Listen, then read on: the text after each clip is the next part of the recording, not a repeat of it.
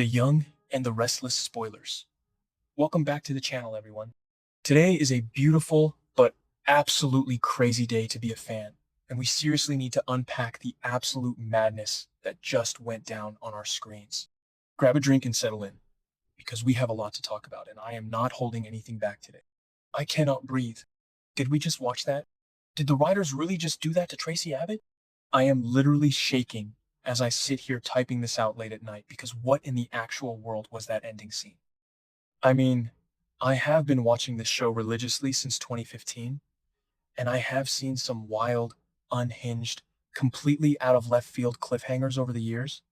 But this is top tier, absolute nightmare fuel. I am both completely obsessed and utterly traumatized by what just happened. I need to get this out of my system before I explode, because my mind is racing a million miles a minute, and I know you guys are feeling the exact same way. React first, explain later. I am talking about the choking scene. The choking scene? I am sorry, but seeing Tracy Abbott, our sweet, cookie-baking, moral compass, voice of reason Tracy, getting violently slammed against a wall and choked out by a psycho doctor is not something I ever had on my bingo card. And Diane screaming in the background? The sheer terror in her eyes? Wait, I'm getting ahead of myself. Let me back up, because my brain is just short-circuiting right now. We need to dissect this entire sequence from start to finish, because it was a masterpiece of tension and I am still trying to process my emotions. So, let's talk about Tracy entering her absolute spy era. Because honestly, I am so here for it. For years, decades even, Tracy has just been the one, sitting in the Abbott living room, sipping tea, and telling Jack and Billy to stop fighting. She is the peacemaker. She is the soft heart of the family. But suddenly she is out here playing detective, and she's doing a way better job than the actual Genoa City Police Department. Am I the only one who literally cheered at the screen when she decided to secretly tail Patty Williams? Tracy knew Patty was lying through her teeth. She saw her with that shady doctor, Markham, at the park cafe, and instead of just calling Jack and waiting around, she took matters into her own hands. And let's be real about Patty for a second. Patty is completely out of her mind. Remember when she poisoned Summer years ago? Yeah, didn't work out well then, and she hasn't changed a bit. She is still the same delusional, Jack-obsessed maniac who will destroy anyone in her path just to get what she wants. The fact that she is using this fake doctor to convince Jack that Diane is crazy, just so she can blackmail Jack into sleeping with her, it is the most sick, twisted, brilliant soap opera plot I have seen in years. But Tracy wasn't buying the innocent act for 1 second.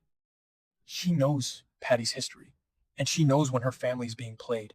Tracy's writer instincts kicked in, and she followed Patty all the way to that creepy, boarded-up house. The tension in that stalking sequence was cinematic. Like, I was on the edge of my seat screaming at the TV, "Tracy, be careful, she's crazy. Don't go in there alone." But Tracy didn't care. She snuck into that house like a seasoned pro. And the atmosphere of that place? Pure horror movie vibes. The closed windows, the heavy locks, the complete isolation. It gave me major flashbacks to when Martin Laron trapped Sharon and Phyllis in that clinic. The lighting was so dark and eerie, you just knew something terrible was going to happen. Which, by the way, I am 99% sure is connected, but I'll get to that massive theory in a minute. Okay, back to the point. Tracy sneaks in, navigating the shadows of this terrifying house, and she finally finds the room.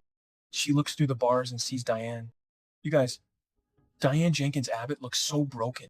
I know some people are loving this because Diane has done some terrible things in the past, and she has manipulated half the town, but personally, I feel sick for her. No one deserves this level of psychological torture.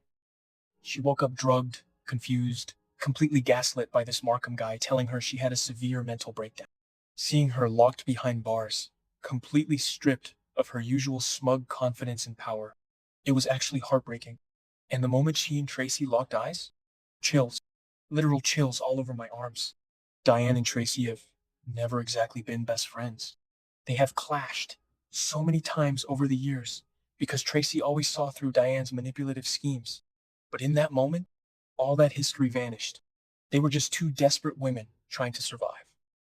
Diane, who usually only cares about herself, looked at Tracy like she was an absolute angel sent from heaven. Traci didn't even hesitate.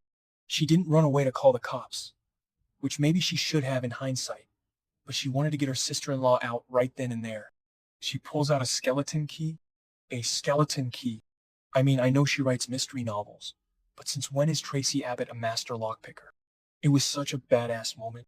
I was literally cheering in my living room. Yes, Tracy. Save her. Get her out of there. She is fumbling with the lock. Diane is whispering frantically. The tension is building to an unbearable level, and you just know the other shoe is about to drop. And then, the jump scare. I literally dropped my phone. Dr.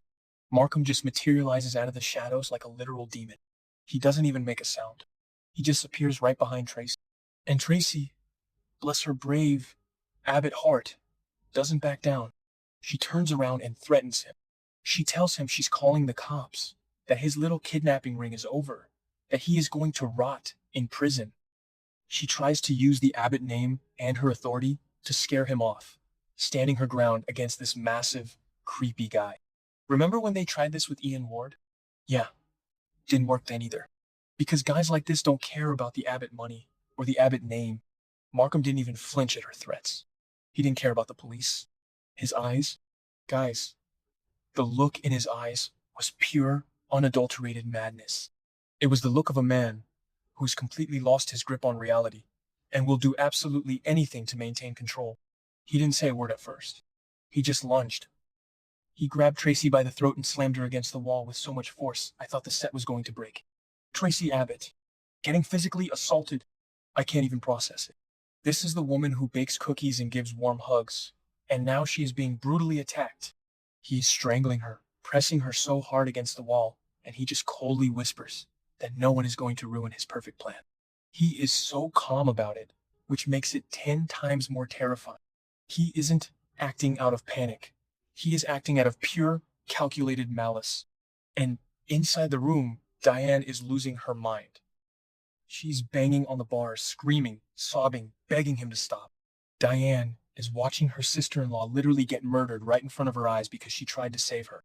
The visual of Tracy slowly losing consciousness, her hands desperately clawing at Markham's grip, trying to pry his fingers off her neck, while Diane's screams echo in the background.